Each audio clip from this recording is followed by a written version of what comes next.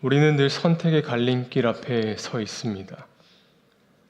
이 길이 잘 되는 길인가, 실패하는 길인가를 묻기 전에 조금 더 깊은 질문이 신앙인의 삶을 붙잡을 때가 있습니다. 나는 지금 옳은 방향으로 가고 있는가? 이 길이 하나님의 뜻 안에 서 있는가? 그래서 신앙인의 삶은 종종 복잡할 때가 있습니다. 세상은 결과로 판단하지만 우리는 삶의 의미로 묻기 때문입니다.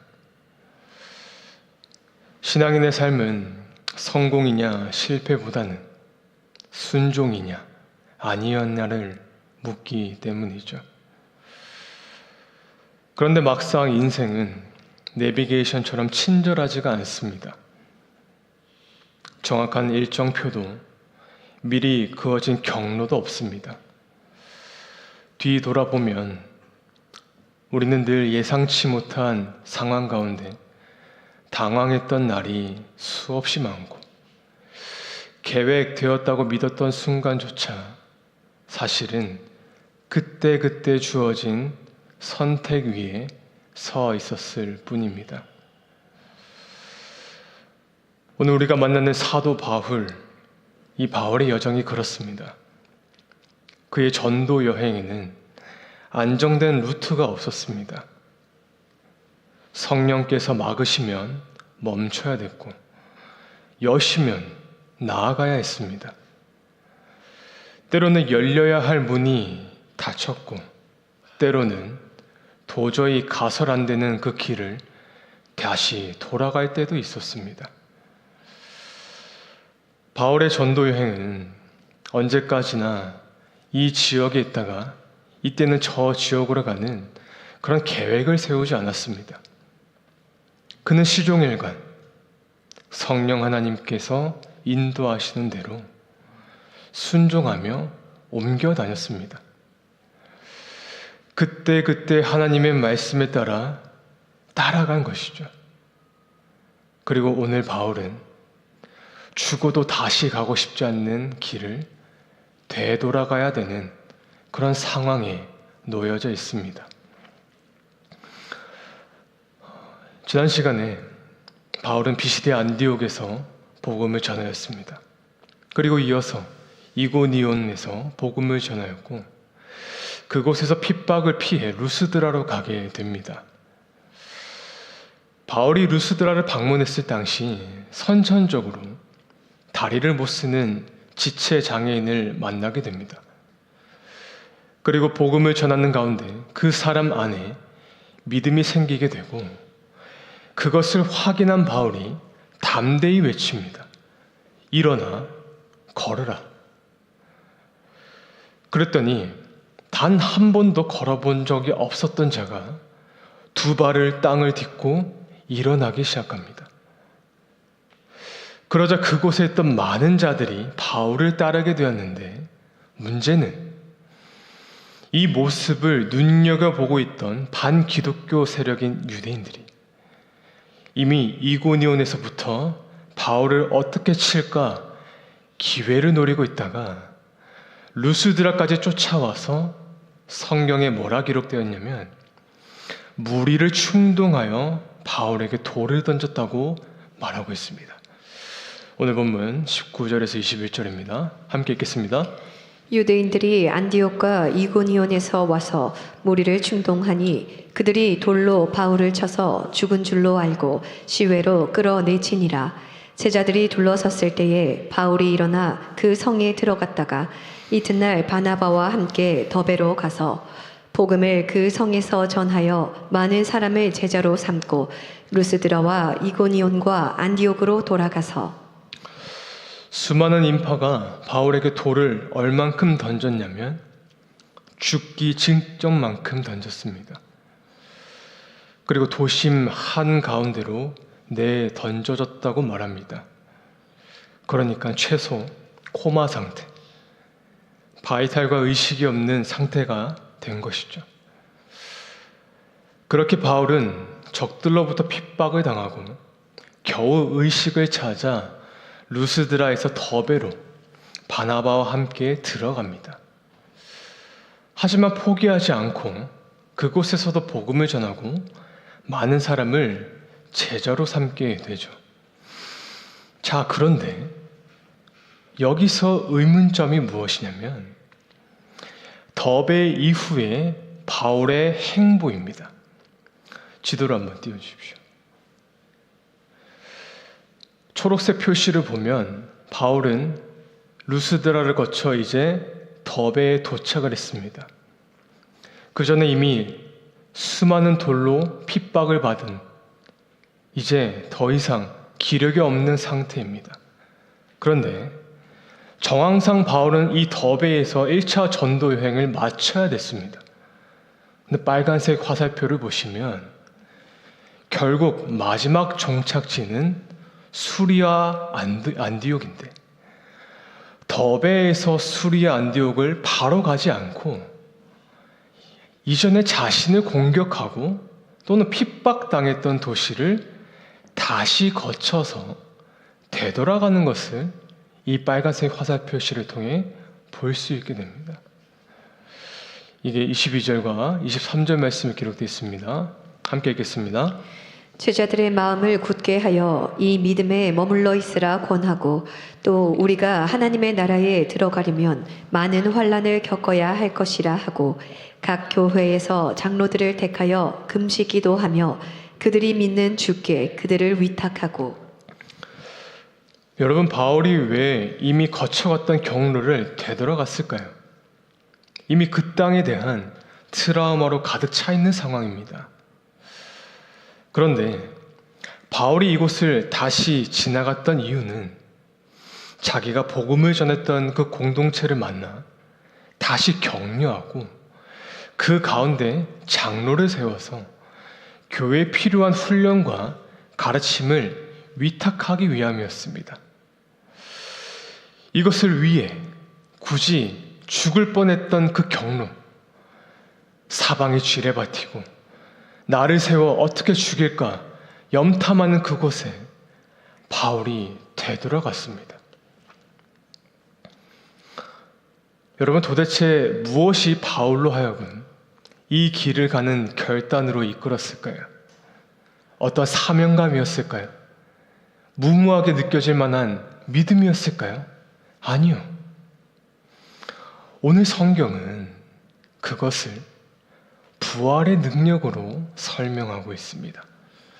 사도행전 14장 19절에서 20절입니다. 함께 읽겠습니다. 유대인들이 안디옥과 이고니온에서 와서 무리를 충동하니 그들이 돌로 바울을 쳐서 죽은 줄로 알고 시외로 끌어내치니라. 제자들이 둘러섰을 때에 바울이 일어나 그 성에 들어갔다가 이튿날 바나바와 함께 더베로 가서. 분명한 것은 이건 바울에게 정해진 경로가 아니었습니다. 충분히 보다 더 나은 선택지가 있었습니다. 그러나 그는 누구도 예상하지 못한 경로를 선택하게 됩니다. 무슨 말이냐면 내가 어디로 가든 그 가운데 하나님의 뜻을 찾아가고자 하는 자에겐 하나님께서 부활의 능력으로 그 자를 살게 하신다는 겁니다. 방금 읽은 말씀 20절 다시 띄워주십시오. 이 말씀 속에 지금 바울의 상태는 내버려두면 죽게 되는 상태입니다. 두드려도 반응이 없는 상태라고요. 그런데 20절에 이렇게 고백을 하죠. 제자들이 둘러섰을 때 바울이 일어나. 여러분, 여기서 일어나라는 단어가 헬라어로 아나스타스입니다. 부활이란 뜻입니다. 나는 부활이요 생명이니라는 그 말씀의 부활이 아나스타스입니다. 하나님께서 바울을 일어나, 부활이라는 단어를 쓰셨습니다. 그것은 즉 죽음 가운데서 일으키다, 죽은 자 가운데서 일어나다라는 의미입니다. 그러니까 지금 바울이 일어나게 된 것은 때가 돼서 자연스럽게 회복이 되어 일어난 것이 아니라 죽음과 부활을 경험하는 차원에서 하나님이 일으키신 겁니다. 때로는 우리가 그리스도를 따라 선택하는 길이 손해보고 심지어는 죽으러 가는 길처럼 느껴질 때가 있습니다. 그 순간에 우리는 압니다. 이 선택이 나를 살려주지 않고 오히려 나를 불리하게 만든다는 것을. 그럼에도 그 길을 택하는 이유는 지금의 이익보단 내가 누구로 살아갈 것인가를 포기할 수 없기 때문 아닐까요? 그럴 때 아나스타스, 예수님은 또다시 저와 여러분을 일어나게 하신다는 겁니다. 그리고 자리를 박차고 주를 위해 걸어가게 하신다는 거예요. 세상이 우리를 어쩌지 못하도록, 심지어 죽음이 우리를 어찌하지 못하도록 그 놀라운 생명력을 주께서 우리에게 주신다는 것이죠. 여러분, 이것은 겨우 버티게 하시는 힘이 아닙니다. 부활의 능력은 먼 미래에 우리가 죽어서 겪게 되는 어떤 교리적, 선언적 의미이기도 하지만 여러분 기억하십시오. 동시에 부활은 오늘 우리를 살아가게 하고 일어나 앞으로 걸어가게 하는 능력이 되면 여러분 믿으시기를 바랍니다. 그래서 바울이 어떻게 되죠? 다음날 바울은 바나바와 함께 그 루스드라에서 일어나 더베로 가게 됩니다. 지도를 한번 다시 띄워주십시오. 지도상에 이 루스드라와 더베가 바로 붙어 있는 것처럼 보이지만 실제로는 그 거리가 60km라고 합니다. 죽음 직전에 있다 다시 일어난 그 바울, 그가 다음날 바로 이 긴 거리를 걸어가 복음을 전하게 된 것은 가히 기적적인 일인 것이죠. 인간적인 관점에서는 이건 무모합니다. 심히 안정과 휴식이 필요한 상황이었으니까요. 그러나 지금 바울은 육체의 회복만으로도 설명하기엔 이후의 행보가 지나치게 담대한 것을 우리가 볼 수 있습니다. 돌에 맞은 기억, 죽음 직전까지 몰렸던 그 공포, 그 지역에 다시 돌아갈 이유가 하나도 없는 상황. 그러나 그 모든 기억 위에 바울을 다시 세운 것은 이 상황을 잇는 망각이 아니라 그 안에 깊이 새겨져 있는 부활에 대한 기억이었던 것입니다. 그렇습니다. 여러분, 바울 안에는 지워지지 않는 하나의 기억이 있었습니다. 자신은 이미 한 번 죽었다가 다시 산 사람이라는 그 기억. 다메섹 도상에서 옛사람인 내가 죽게 되고 그리스도 안에서 다시 살아난 그 기억 말입니다. 그래서 바울을 일으킨 것은 의지가 아니었습니다. 다시 해보자라는 각오도 아니었습니다. 그를 일으킨 것은 부활이 이미 자기의 삶 안에서 작동되고 있다는 그 기억. 하나님은 자신을 넘어뜨리는 분이 아니라 언제나 다시 세우시는 분이라는 그 확신이었습니다. 그래서 바울은 일어났고, 그래서 그는 다시 그 말도 안 되는, 그 다시 돌이키는 그 길을 선택하게 된 것이죠.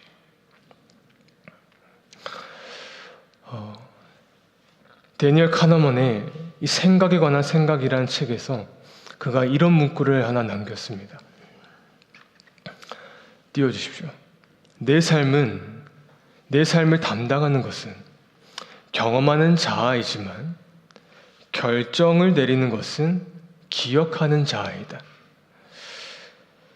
이것이 무엇을 의미하면요, 우리가 살아가면서 다양한 것을 경험하는데 사실 그것보다 더 중요한 것은 그걸 기억하는 자아라는 겁니다. 내가 무엇을 기억하는 거에 대해서 내가 구성된다는 겁니다. 단편적으로 오늘 저녁에 무엇을 먹을지 여러분 어떻게 선택할 수 있었을까요? 기억에 의해서 선택하게 된 것입니다. 세월을 따라, 시대를 따라 어떠한 기억이 또 다른 기억이 쌓여서 지금의 나를 형성한다는 말입니다. 요약하자면 당신의 기억이 당신을 구성합니다. 그런 면에서 기억은 어떤 데이터를 보관하는 저장소가 아닙니다. 기억은 곧 나의 정체성을 만듭니다. 평생을 교회 사모로 사셨던 저희 외할머니께서 이제 곧 100세를 앞두고 계시는데 중증 치매를 앓고 계세요. 10년, 15년이 지났습니다. 해를 거듭할수록 뵐 때마다 점점 기억을 잃어가고 계세요. 몇 해 전까지만 해도 가족을 다 알아보셨는데 이제 가족마저 하나둘 지워지고 있습니다. 과거의 기억이 사라진다는 것은 비단 과거만이 사라지는 것은 아니죠. 그건 또 다른 말로는 현재가 사라지는 것이고 미래가 사라지는 것입니다. 그러니까 기억을 잃어버리는 질병이 왜 이리 서글프냐 하니까 기억은 나라는 존재를 잊게 하는 이 서사인데 그 서사가 붕괴됨으로써 인간의 존엄성이 사라지기 때문입니다. 그런데 참 신기한 것은 기도하고 찬양하시는 그 할머니의 모습을 볼 때 사라지지 않는 단 한 가지가 있었어요. 바로 예수 그리스도의 십자가와 부활의 능력이었습니다. 그렇게 모든 기억을 지우고 있는 상황에서도 찬송가를 부를 때는 그 어떤 때보다 확신에 차 있는 기억으로 가사를 고백하시는데 그걸 보면서 이건 사람이 붙잡고 있는 기억이 아니라 그 사람을 부여잡고 있는 하나님의 능력임을 확신하게 되었습니다. 여러분, 이것이 우리가 걸어갈 길을 결정하고 무엇이 하나님의 뜻인지 무엇이 성령의 인도하심인지 결정하여야 될 때 우리에게 용기와 지혜를 주는 말씀입니다. 때로는 확신에 차 있지 않는 가운데서 어떤 일을 결정했어도 그 과정 속에 죽을 만큼 고통스러운 일을 만났을지라도 상황은 변하지 않지만 결단코 변하지 않는 진리는 하나님께서는 부활의 능력으로 우리를 일으켜 세우신다는 사실입니다. 부활은 먼 미래에 우리가 죽어서 경험하는 신학적 고유적 그런 고유성이 아니라 부활은 현재의 능력이며 우리의 삶에 녹아져 살아가게 만드는 힘이라는 것입니다. 그래서 오늘 바울은 교회와 성도들을 그 은혜에 의탁하고 부탁하고 있습니다. 오늘 본문 21절과 23절입니다. 함께 읽겠습니다. 복음을 그 성에서 전하여 많은 사람을 제자로 삼고 루스드라와 이고니온과 안디옥으로 돌아가서 제자들의 마음을 굳게 하여 이 믿음에 머물러 있으라 권하고 또 우리가 하나님의 나라에 들어가려면 많은 환난을 겪어야 할 것이라 하고 각 교회에서 장로들을 택하여 금식 기도하며 그들이 믿는 주께 그들을 위탁하고. 이제 바울은 각 교회에서 장로들을 세웠습니다. 교회의 지도자를 세웠다는 말은 이제 자신은 더 이상 그 자리에 없다는 뜻이기도 합니다. 더 이상 직접 가르치지 못하고 직접 격려하지 못하며 직접 보호해 줄 수 없다라는 고백입니다. 그래서 바울은 그들을 주께 맡깁니다. 왜 그렇게까지 했을까요? 성도 한 사람이 이 세상에서 그리스도인으로서 살아가는 그 삶이 얼마나 버겁고 얼마나 치열한지 바울은 너무나 잘 알고 있었기 때문입니다. 그래서 23절 말씀을 보니 금식하며 그것을 간절히 구했다라고 말합니다. 여러분, 하나님이 이미 성도들을 선택하셨는데 이 정도의 간절함이 과연 필요했을까요? 주님께 그냥 다 맡겨드리고 자신의 삶을 살아도 되잖아요. 그런데 바울은 왜 이리 간절했을까요? 그렇게 떨어져서 흩어져 있는 그 한 사람의 성도, 그가 그리스도인으로 이 땅을 살아가는 게 결코 쉽지 않았기 때문 아닐까요? 우리가 결정해야 될, 선택해야 될 그 현실이 결코 녹록치 않기 때문 아닐까요? 그래서 금식까지 하면서 극토로 간절한 마음으로 하나님의 은혜에 그들을 위탁한 것입니다. 여러분, 이것은 오늘 우리도 마찬가지입니다. 오늘 성경은 바울의 고백을 통해 이렇게 권면합니다. 지금 교회는 금식할 정도로 간절한 기도가 필요하다는 것을요. 가장 먼저는 저와 여러분이 이 땅에 그리스도인으로 살아내는 그것을 위한 간절한 기도. 우리의 자녀들이 이 치열한 세상 속에서 그리스도인으로 살아남기 위한 기도.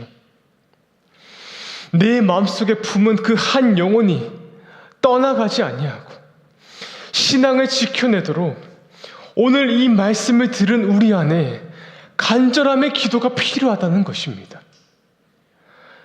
이전엔 그저 그 사람이 겪고 있는 문제와 앞두고 있는 일에 대한 좋은 결과를 위해서 기도했다라면 이제는 그 영혼을 주님의 은혜에 의탁하는 것입니다. 어떻게요? 간절한 기도로서요. 여러분, 이건 예수님도 마찬가지셨습니다. 예수님이 십자가를 지시기 전에 자기의 영혼을 아버지께 부탁드리면서 땀이 피가 나도록 기도하셨습니다. 왜 그러셨을까요? 예수님 곧 하나님이시잖아요. 왜 굳이 그렇게 열심을 다하셔서 자기를 맡기셔야 했습니까? 그게 결코 쉬운 것이 아니기 때문에 그렇습니다. 그분께 우리의 삶을 의탁하는 게 결코 쉽지 않아서 그렇다고요. 끊임없이 바깥에서는 나를 향한 소리가 울려 퍼지는데 어떻게 그 안에서 평안함을 유지할 수 있습니까? 내 안의 그 상황은 지금도 현재 진행 중인데 어떻게 그 가운데 하나님께 나를 맡길 수 있겠냐고요. 이건 결코 간단한 문제가 아닙니다. 그래서 우리에게 필요한 것은 간절함이라고요. 때로는 이 말씀을 들을 때면 우리의 삶을 맡겨드리는 것이 너무나 무책임하게 들릴 때가 있습니다. 주님 맡겨드립니다. 아무것도 안 하는 것처럼 보입니다. 아닙니다. 여러분, 오늘 바울이 자신과 교회를, 성도들을 주님의 은혜에 의탁한 것은 비장함이었습니다. 사활을 걸고 맡긴 것입니다. 주님, 내 삶이 어디로 흘러가든 우리의 자녀와 그 인생이 지금 내가 처한 이 상황이 어떻게 흘러가든 이 모든 것이 주님의 손에 있음을 내가 믿습니다. 그리고 어떤 상황 가운데서도 나를 일으키시는 그 부활의 능력이 있음을 나는 믿습니다. 이것을 결정하고 결단하면서 그는 주님의 은혜에 모두를 의탁해 드린 것입니다. 그래서 우리 마지막으로 22절 이 말씀 다 함께 읽도록 하겠습니다. 함께 읽겠습니다. 제자들의 마음을 굳게 하여 이 믿음에 머물러 있으라 권하고 또 우리가 하나님의 나라에 들어가려면 많은 환난을 겪어야 할 것이라 하고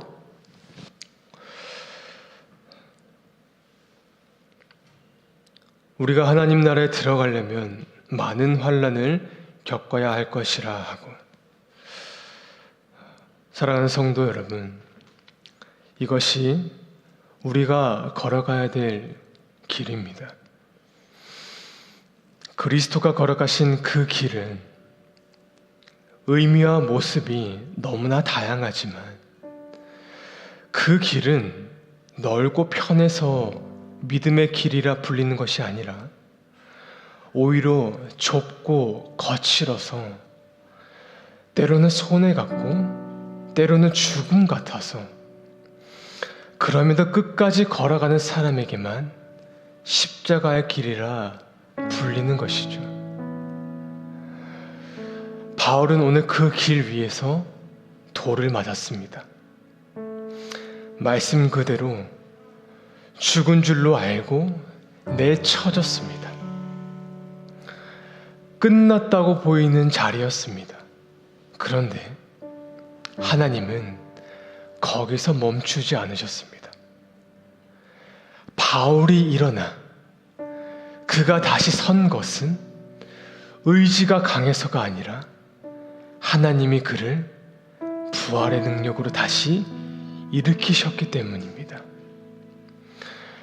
그래서 오늘 우리가 결단해야 되는 한 가지는 내 삶의 방향을 성공으로 고정하는 것이 아니라 내 마음의 중심을 나를 일으키시는 부활의 주님께 고정하는 것입니다. 주님, 내가 넘어질 것을 압니다. 그러나 주께서 나를 다시 일으킬 것을 난 믿습니다. 내가 흔들릴 것을 압니다. 그러나 주께서 나를 붙드실 것을 난 믿습니다. 내가 두려울 것을 압니다. 그러나 주께서 나를 다시 일어나게 하실 것을 나는 믿습니다. 지금까지 내가 걸어온 것이 아니라 주께서 나를 끝까지 일으키셨음을 나는 믿습니다. 앞으로의 삶도 앞으로의 나날도 그 주님의 은혜에 나를, 우리의 자녀를, 이 교회를 의탁해 드립니다. 여러분, 수많은 뇌과학자들이 무엇을 주장하고 있냐면 과거를 기억하는 그 부분이 앞으로의 미래를 상상하는 부분과 일치하다고 합니다. 내가 과거를 생각했던 이것과 미래를 생각하는 것과 일치하다고 주장해요. 그러니까 여러분이 과거를 어떻게 기억하는가? 아니, 과거의 예수 그리스도를 어떻게 기억하는가가 여러분의 삶에 있을 그 미래의 예수님을 상상할 수 있다는 것입니다. 왜 그런 사람들 있죠? 예수를 믿는다고 하지만 염려가 끊임없이 넘쳐나는 사람, 걱정이 많은 사람, 자기의 미래에 대해서, 앞날에 대해서 근심이 끊어지지 않는 사람. 제가 그렇습니다. 과거를 돌아보는 이 방식이 최악의 것들과 고통과 상처의 아픔을 계속 재생하면서 떠올리면서 기억하는 것입니다. 그 기억이 가득 차 있으니까 당연히 미래를 바라보면서 하나님께서 예비하신 옥토가 보이는 것이 아니라 실제로 옥토가 기다리고 있음에도 최악의 미래, 변수의 미래, 두려움과 불안, 부정적인 미래. 왜요? 그 기억이 여러분의 미래를 상상하게 만들기 때문입니다. 그러므로 오늘 저와 여러분 가운데 어떤 지속적인 두려움과 염려에 사로잡혀 있다라면 그 사람에게 필요한 것은 더 좋은 일이 아니라 과거에 나를 일으켜 세우셨던 부활의 능력에 대한 기억이 회복되어야 되는 것입니다. 여러분에게 베푸셨던 그 인격적이신 하나님, 여러분과 늘 함께 계셨던 임마누엘의 그 그리스도, 왜냐하면 다시 살리신 그 기억은 미래를 향한 하나님이 나를 어떤 상황 가운데서도 살리고 있을, 나를 어떤 상황 가운데서도 일으켜 세우신다는 그 확신으로 이어지기 때문입니다. 비록 지금 내 눈앞엔 산 소망이 보이지 않고 미래의 나에겐 절망이 기다리고 있음이 확신될지라도 기억하십시오. 그리스도는 이전에 우리를 일으키셨고 오늘도 일으키시고 앞으로도 일으켜 나아가게 할 것입니다. 이것이 복음이고 이것을 기억하고 하나님이 행하시는 일을 기억하는 그 기억이 우리에게 힘이 되는 것입니다. 그러므로 여러분, 오늘 하나님께서는 여러분과 함께 하셨다는 것을 다시 한번 기억하십시오. 그 신앙의 힘이 십자가의 길을 담대하게 걸어가게 만들 것입니다. 고린도후서 1장 10절 말씀에 이런 말씀이 있습니다. 그가 이같이 근 사망에서 우리를 건지셨고 또 건지실 것이며 이후에도 건지시기를 그에게 바라노라. 이 말씀을 보여줬고 나에게 주어진 십자가의 길을 포기하지 않고 부활의 능력으로 걸어가시는 저와 여러분이 되시기를 우리 주님의 이름으로 간절히 축원드립니다.